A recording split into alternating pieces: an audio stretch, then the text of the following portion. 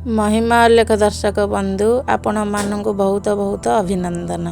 आज गोटे आम रेसिपी करिया दर्शक बंधु बहुत सहज एवं सरल कलरा चटणी।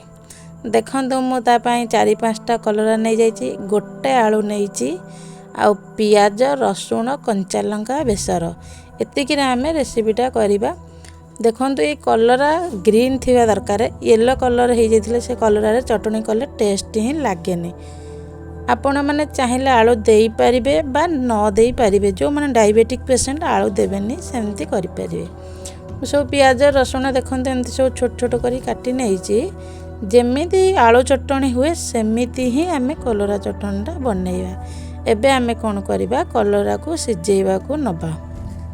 देखंतु मु पानी बसई नहीं गोटे पात्र रे, पानी फुटुची से टिके लुण पकई थी। एबे कलरा को ऐड करूची,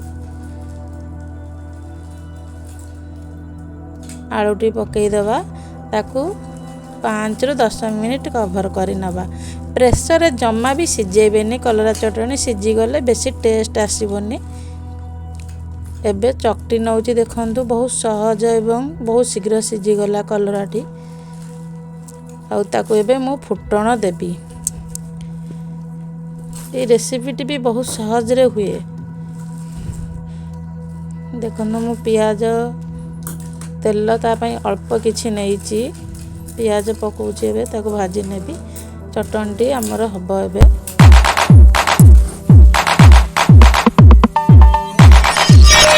एबे देखंतु दर्शक बंधु आमर एबे कलरा चटणी पूरा परफेक्ट रेडी हो गला। आपण माने एमिति बनैकी रुटी रे हेउ किंबा पखाळ भात रे हेउ एही कलरा चटणी बनैकी खांतु। थरे खाइले जानिबे यार केते टेस्ट।